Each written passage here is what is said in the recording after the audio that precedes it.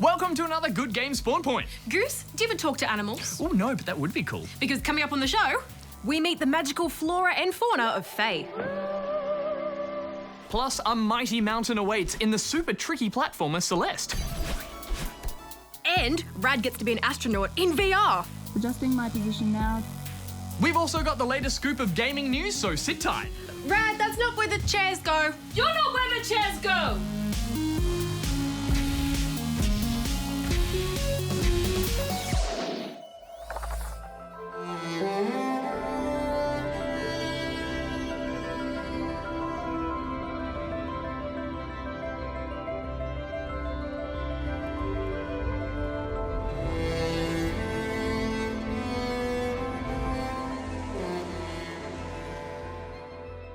Fae is a 3D adventure platformer brought to us by Swedish company Zoink Games. Set in a lush, ethereal forest, this is a game without words, only sound. You play as a Fae, a small fox-like inhabitant of the forest who must learn the various languages of the land in order to complete puzzles, unlock new areas, and rescue fellow woodland dwellers from the clutches of the menacing Silent Ones. Along the way, you'll meet all manner of weird and wonderful creatures that can help you on your journey. To gain their trust, you sing together, which you control by applying or lessening pressure on the shoulder button.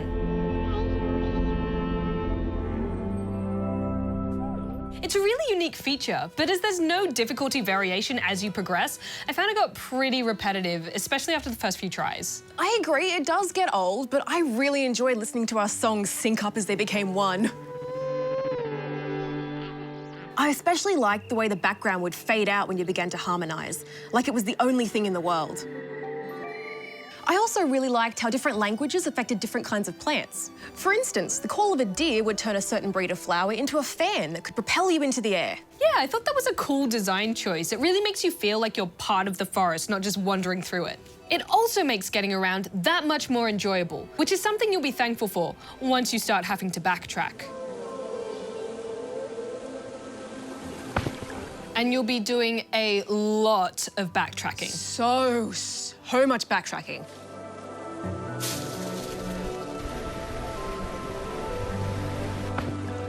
I think Fae's 3D platform style worked well when navigating areas where precision wasn't needed, but on tight jumps and narrow ledges, it just felt clunky and hard to control. Which is a stark contrast to the tree climbing ability, which had me zipping up and down with lightning speed like the spry little creature a Fae should be. Plus, it gave me some incredible scenic views. Yeah, at first glance, Fae's unique art style makes it seem really magical. But once you begin exploring the other areas of the map, it all starts to feel really samey. The colour scheme changes between areas, which is visually interesting, if nothing else. I especially liked when those cool, calming tones shifted into a red and orange inferno when the Silent Ones were present. Oh, the change sent shivers down my spine. The Silent Ones are these mysterious, machine-like creatures that have invaded the forest. They're large, imposing, and entirely terrifying the first time you cross their paths. This is where Fae introduces the stealth element. Hiding in the black shrubbery keeps you out of the Silent One's line of sight, so you'll be bouncing between them to avoid capture. Wash, rinse, repeat. I don't know about you, Rad, but even with an enemy to keep me on my toes, I wasn't entirely invested in this game. Yeah, I know exactly what you mean. Similar to games like Journey, Fae uses a show-don't-tell approach to storytelling. Everything is shown through cutscenes or drawings, but from what I've played, none of it is particularly clear. Interesting that you should bring up the game Journey, Rad. Fae's creative director did in fact say that Journey was a big inspiration, and that their team was keen to replicate that sense of boundless mystery.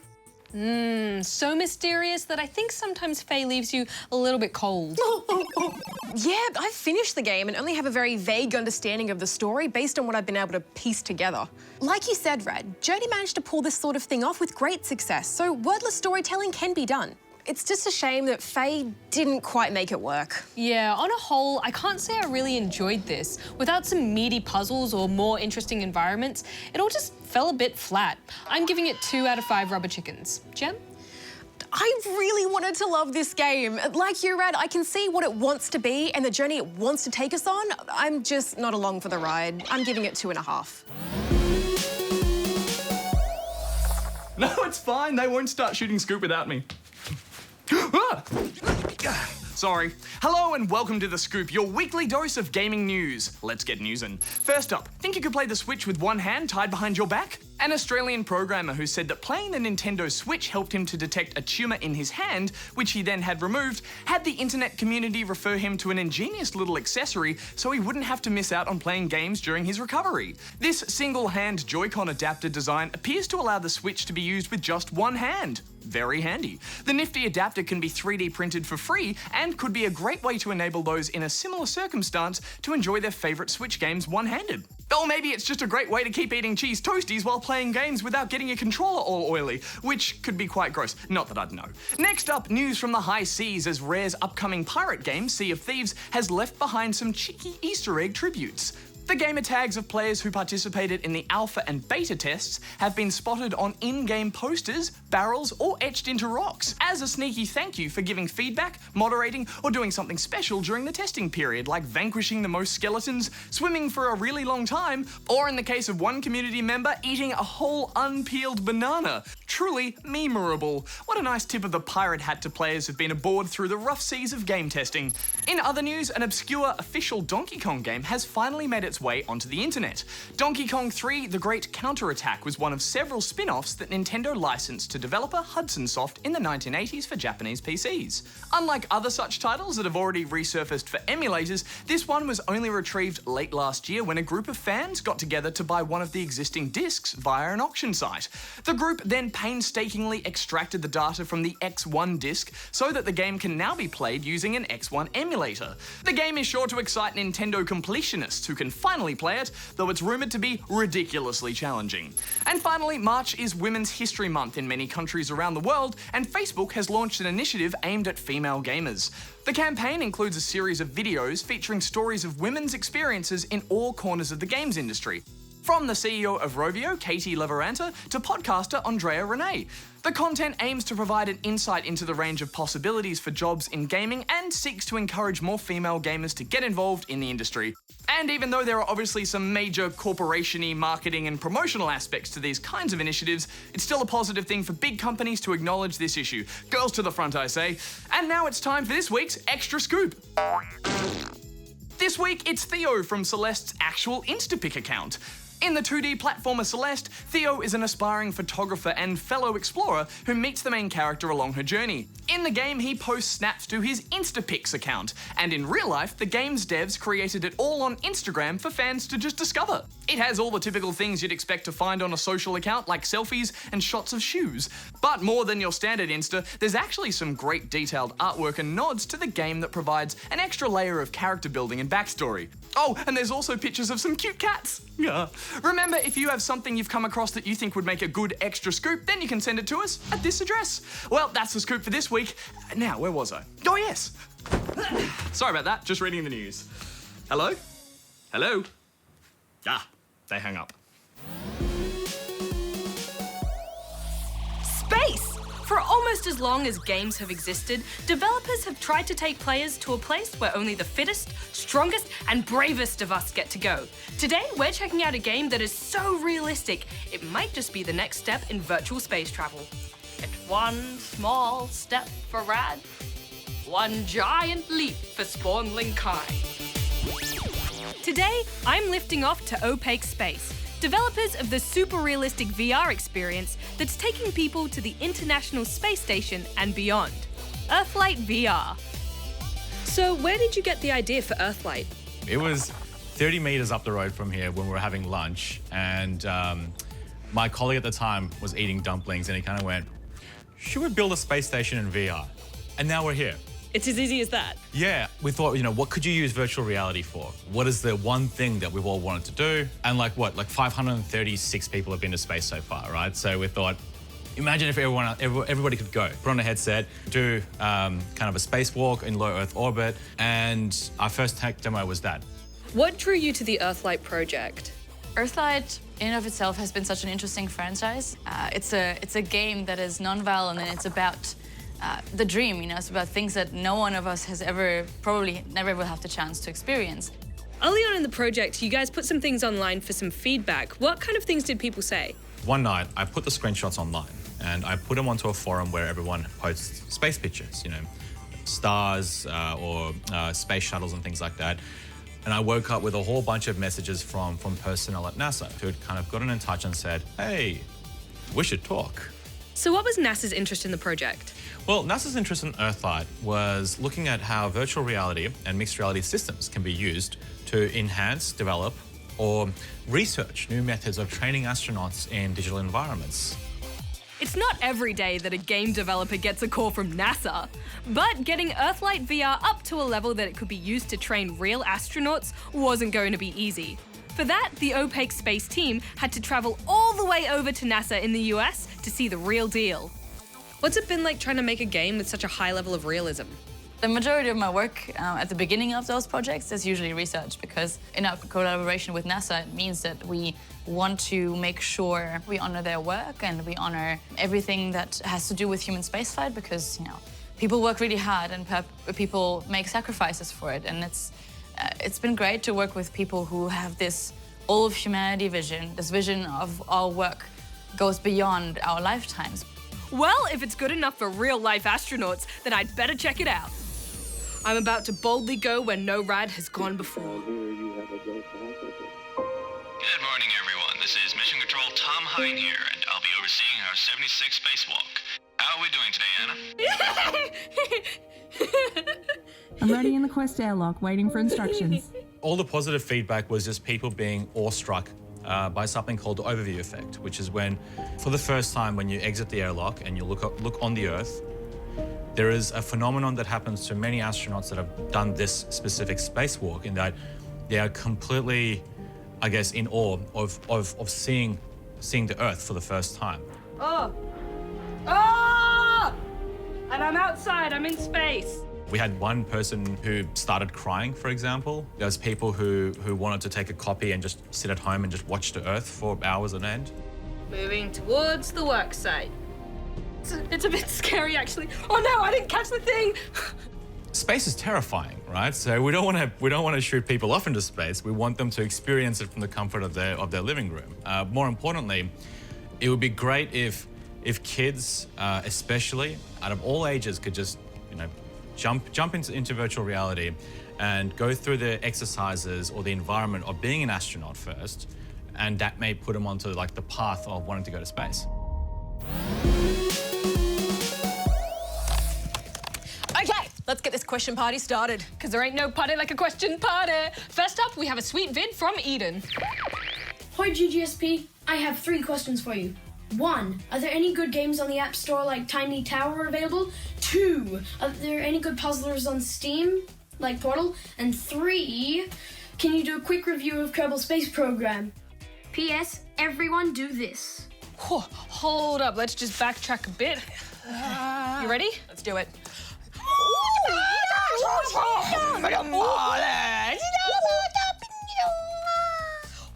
Oh, that was a tough one. I feel like I should have maybe done some face stretches first. Yeah, you don't want to pull a face muscle.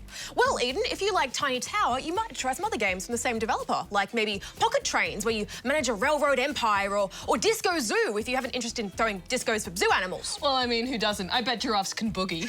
I've seen that, actually, they can.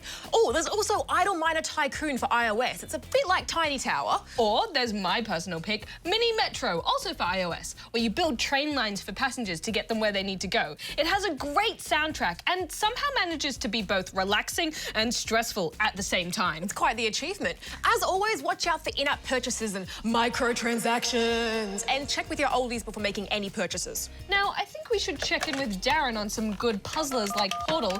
He has a bit of a penchant for puzzlers, I hear. Hello, D.A.R.R.E.N. Oh, hello, Rad. Do you have any recommendations for puzzlers like Portal that are available on Steam? Apparently you have a penchant for puzzlers. Indubitably.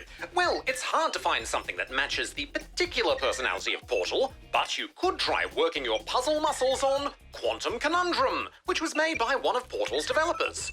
Or, if you've missed GLaDOS, and I know I have, there's also Bridge Constructor Portal, which merges the world of Aperture Science with some bridge constructor puzzling.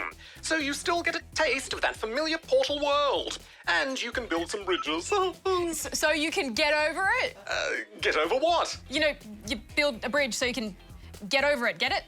Affirmative. Bridges are usually built to allow you to pass from one point to another, traversing an obstacle of some description. Never mind. Oh, you might also enjoy another first-person puzzle game, Cube Director's Cut, which feels highly influenced by Portal.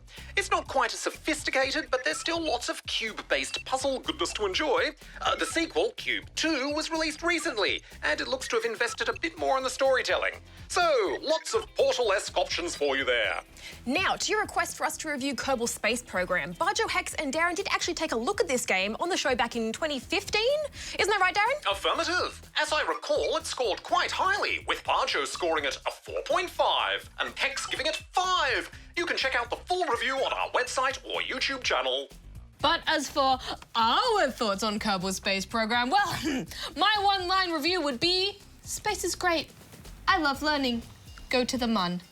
I also like learning and space, and going to the mun sounds like fun. Oh, the mun is fun. Well, thanks for your questions, Eden. Now on to the next one from Aiden in Port Lincoln, South Australia.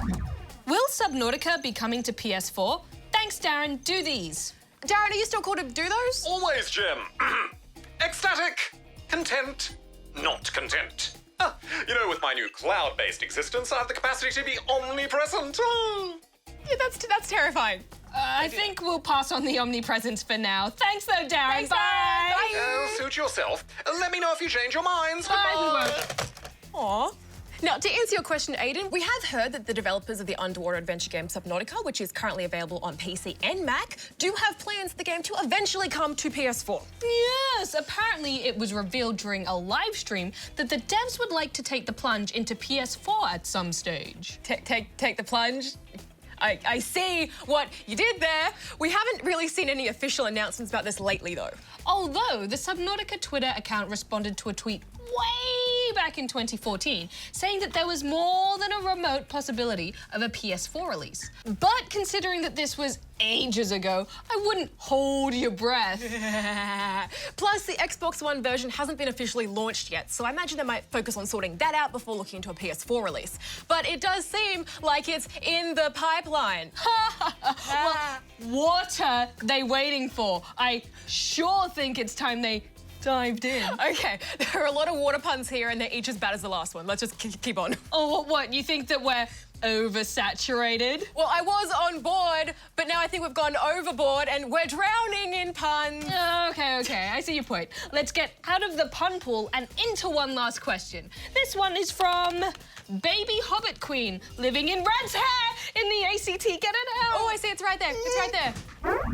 Hi, GGSP. So I was wondering, which is your favourite game out of Terraria, Stardew Valley and Roblox? If you do not answer my question, I will turn off your Wi-Fi permanently! Exclamation marks. P.S. Rad, do these. Ta-ting! Hi! Ah! Thanks. Thank you, Baby Hobbit Queen. Oh, we should do tiny bows because hobbits are fairly small and I imagine a baby hobbit would be even smaller. Good point. Ugh, I thought I could feel something living in my hair. I didn't know it was a baby hobbit queen, though. That's just cool. Oh, just a heads up, I do plan to wash my hair tonight, so you might want to find someone else's hair to stay in, at least temporarily. Or prepare to hold on for one soapy ride. As which game out of Terraria, Stardew Valley or Roblox is our favourite? That's a tough one. I think I'm going to go with Stardew Valley. It's so colourful and there's so much variety in gameplay. I just get so invested in the craft of it all. How about you, Rad? For me, I think I would say Terraria. It's the one I've spent the most time with. Plus, I really like the multiplayer aspect because I like playing with friends. Hey, did you know they're actually adding a multiplayer to Stardew Valley? I did, and I'm so excited! Anywho, please don't turn off our Wi-Fi, Your Majesty. We need it for the internets and the games and the precious, precious games. Absolutely! But that is all the time we have for today. If you'd like to submit a question to us, you can go here. And remember, we love video questions, so keep those vids rolling in. Do videos roll? Maybe, if they're on top of a hill and they have wheels. Oh, well, you know, they do say, roll them! Ba-dum. Celeste is a 2D side-scrolling platformer that tells the tale of one girl's attempt to scale a mountain. However, as you help guide her towards the peak, you'll discover that this game is more than just your average platformer, and that this is about much more than just a mountain.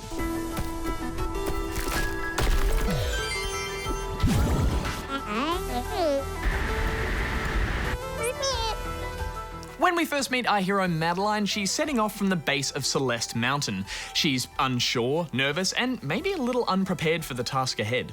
After running into a strange old woman who warns her about the mysterious mountain, Madeline chooses to ignore her and charges off anyway, almost to her doom. Straight away, this gives us an idea of what kind of character Madeline is, and it conveniently introduces us to her unique ability to jump dash, which combined with her wall grab are all the tools you'll need to help get her where she needs to go. In most cases, it's simply from one screen to the next, as you help her traverse tricky platforming sections, avoiding pitfalls and obstacles. Sounds simple, right?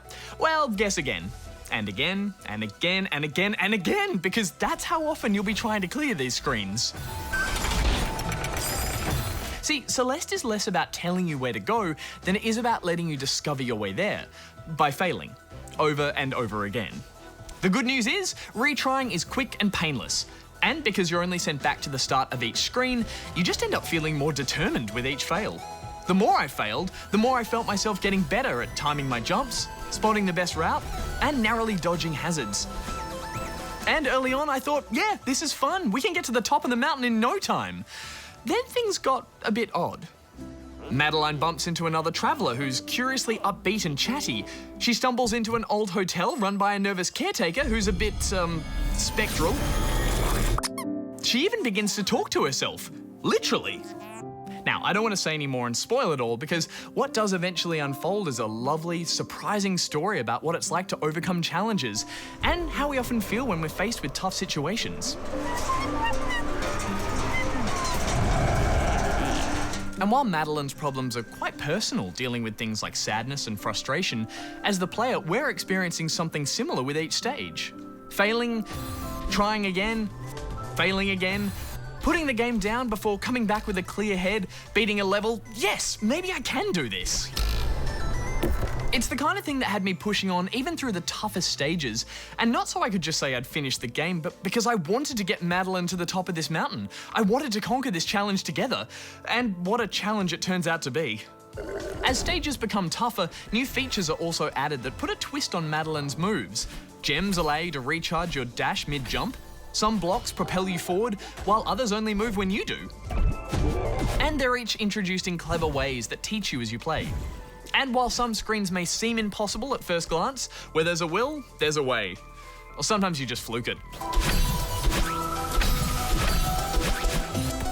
If, however, you're after some extra challenge, there are optional collectibles in the form of strawberries.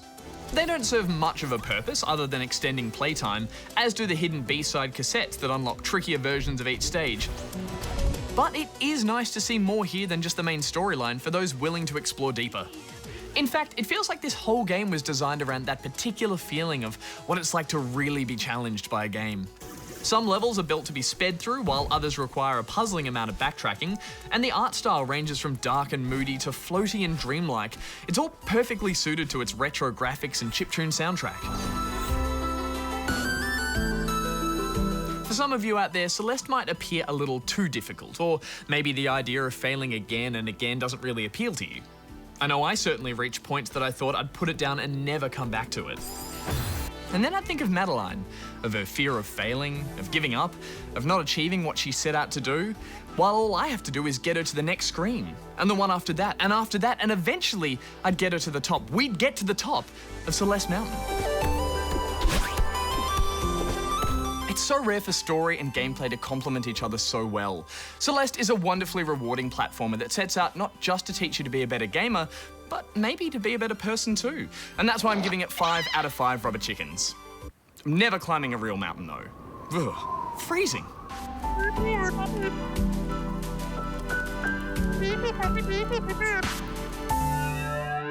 Well, there we go, another huge episode. Next week on GGSP, we go on a discovery tour of ancient Egypt. The Great Pyramid of Giza is considered one of the most iconic structures of Egypt.